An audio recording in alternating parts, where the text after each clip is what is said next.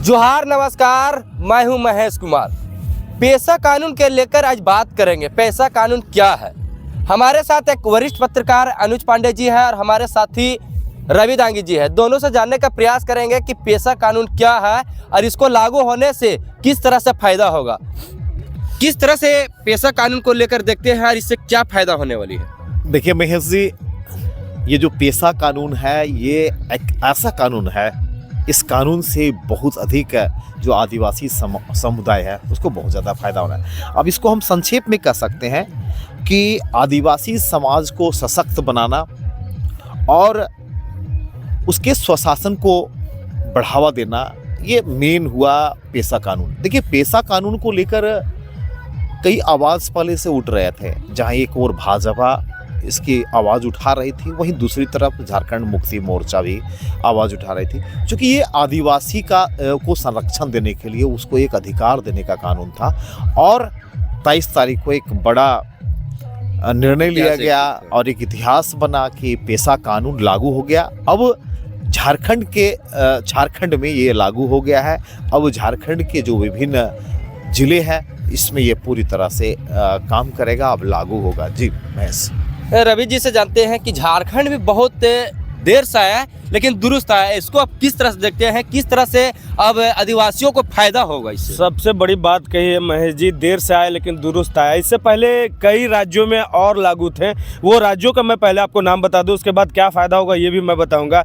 हिमाचल प्रदेश, आंध्र प्रदेश, तेलंगाना, राजस्थान, गुजरात, छत्तीसगढ़, महाराष्ट्र और मध्य प्रदेश में ये पहले से लागू है पैसा कानून। और पैसा कानून से क्या फ़ायदा होता है बता दें कि आदिवासी जितने भाई लोग हैं वो बैठ कर एक बैठक रख के, ग्राम सभा रख के ये डिसाइड कर सकते हैं कि बालू को कितने दाम में यहाँ से हमारे गांव से निकालना चाहिए, कोयला को निकालना चाहिए, जल जंगल ज़मीन को कैसे सुरक्षित करना चाहिए, नशीली पदार्थ हमारे गांव में बिकेगी कि नहीं बिकेगी, बिकेगी तो कितनी मात्रा में बिकेगी, सब कुछ इसमें है पैसा कानून। यानी सरकार को इससे होकर गुजरना पड़ेगा। ये कानून है पैसा कानून। और पैसा कानून आने से कहीं ना कहीं हमारे आदिवासी क्षेत्र के जितने भाई हैं, जितने बहन हैं, उन लोगों को काफ़ी फायदा देखने को मिल रहा है। जैसा कि कई देर आपने कहा महेश जी कि देर से आया लेकिन दुरुस्त आया। झारखंड के अलग होने के बाद बहुत लोगों ने ये आवाज़ उठाया था कि पैसा कानून लागू हो। आपके चैनल में भी कई आदिवासियों ने बाइट दिया कि पैसा कानून लागू होना चाहिए, लेकिन नहीं हो रहा। लेकिन अब सब खुश हैं क्योंकि पैसा कानून अब झारखंड में भी आ गया। किस किस जिले में पैसा कानून जो है जो लागू किया गया होगा? सबसे पहले मैं महेश आपको जिले का जानकारी भी मैं दूंगा, लेकिन एक बात मैं बताना चाहता हूँ, इसका जो प्रभाव होगा, ये जो पैसा कानून है इसका प्रभाव क्या होगा। यह कानून जनजातीय क्षेत्रों में निर्णय लेने का प्रक्रिया को गांव के स्तर तक जाकर उन्हें सशक्त बनाएगा। गांव में गांव में नशीले पदार्थ बिकने चाहिए कि नहीं, अगर बिकने चाहिए तो क्यों बिकने चाहिए, क्या कुछ प्रारूप उसका होगा। अभी रवि जी ने बताया कि जो बालू का उठाव हो रहा है या फिर और भी जो पत्थरें हैं जो उत्खनन हो रहा है, अवैध रूप से हो रहा है, तो एक निर्णय आपको लेना होगा। ये जो समाज है, ये ग्राम सभा जो है उस पर निर्णय चला जाएगा। एक अधिकार उसको मिला है, ये बहुत बड़ी बात है। क्योंकि आप जल जंगल जमीन की अगर चाहते हैं कि संरक्षण करना चाहते हैं तो सबसे पहले तो ये गांव से होकर गुजरता है। अगर कोई बात करें, अगर किसी नदी की बात करें तो गांव से होकर गुजरता है। किसी प्लॉट की बात करें जहां पे पत्थरे का माइंस है तो वो किसी गांव से होकर गुजरता है। लेकिन ये पैसा कानून के नहीं होने से लोग सब पूरी तरह से मुखदर्शक बने हुए, तो लोग सब केवल देख रहे थे। हम कुछ कर नहीं सकते। सरकारें जो आती है वो उसको लीज देती है, वो तोड़ते हैं, अवैध रूप से खनन करते हैं, लीज आते हैं, इसमें कुछ भी नहीं हो पाता है। तो ये सबसे बड़ा प्रभावी ये हुआ कि पैसा कानून के आने के बाद अब जो आम व्यक्ति है वो भी एक बड़ा निर्णय लेगा। वो भी एक सवाल उठा सकता है कि आप ग्राम सभा के बगैर कोई काम कैसे कर सकते हैं। ये पैसा कानून से सबसे बड़ा फायदा हुआ।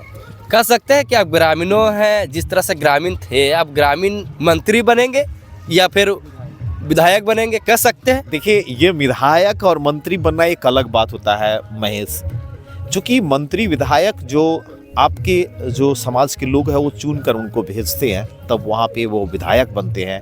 बाद में सरकारें बनती है, सरकार बनने के बाद मंत्री मनोनीत किया जाता है, बनाया जाता है। ये अलग प्रक्रिया हुआ।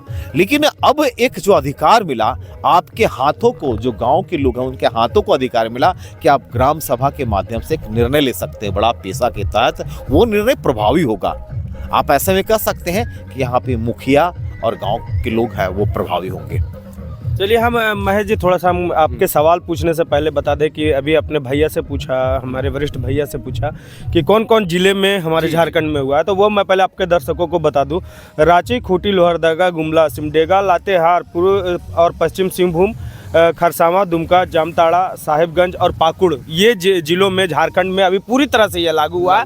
और 2 जिले हैं जिसे मैं अभी पूरी तरह से क्लियर नहीं कर रहा हूं क्योंकि उसके कुछ प्रखंडों में लागू किया गया है, इसलिए मैं उसके नाम पूरी तरह से बता नहीं पा रहा हूं। लेकिन जिस तरह से आपने भैया से एक सवाल पूछा कि विधायक और मंत्री बनेंगे, वो तो सही बात एकदम स्पष्ट भैया ने बताया कि चुनकर भेजा जाता, लेकिन यह अधिकार अब ग्राम सभा के पास होगा कि सरकार या कोई कंपनी या बाहरी कोई लोग आके हमारे जल जंगल जमीन को अपने रूप से नहीं लूट पाएंगे। उसके लिए अब ग्राम सभा होगा, ग्राम सभा पूरी तरह से डिसाइड करेगी और बालू का रेट 2000 में अपने मन से नहीं बेचा जाएगा। कल 700-600 में जैसे मिला करता था, उस पर बैठकर अब बात होगी कि 700 था तो अब 800 होगा या 900 होगा। अब धड़ल्ले से कोई 2000 में नहीं बेच पाएगा, मनमानी नहीं चल पाएगा। क्लियर, ये बालू ही की बात नहीं कर रहा हूं मैं, बहुत सारी चीजें हैं, कोयला है, पत्थर है, अबरक है, जो बहुत सारी चीजें। और ग्राम सभा में उतना ही नहीं, छोटी छोटी चीज़ों पर भी निर्णय लेने का ग्राम सभा को पेशा कानून में, ये पेशा एक्ट जो लागू हुआ है, ये बहुत खुशखबरी है आदिवासी क्षेत्रों के लिए, आदिवासियों के लिए बड़ी जीत मानी जा रही है। कह सकते हैं आप इसको, आप ये कह सकते हैं, चूंकि अगर आपके पास कोई पावर नहीं है और आपको अगर पावर कुछ मिल जाए तो इसको जीत मान सकते हैं।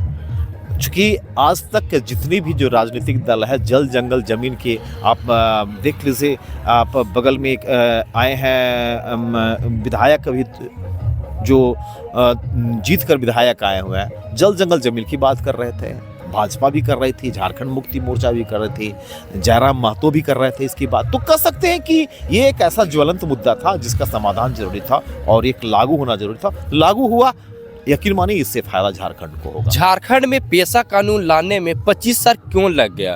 देखिए, इसमें बहुत सारी बातें होते हैं, सरकारें आती हैं जाती है, कई बार प्रावधान बनते हैं, प्रावधान बनने के बाद वो पास नहीं हो पाते हैं, पटल पर सरकारें बहुत सारी इसमें दिक्कतें आती हैं।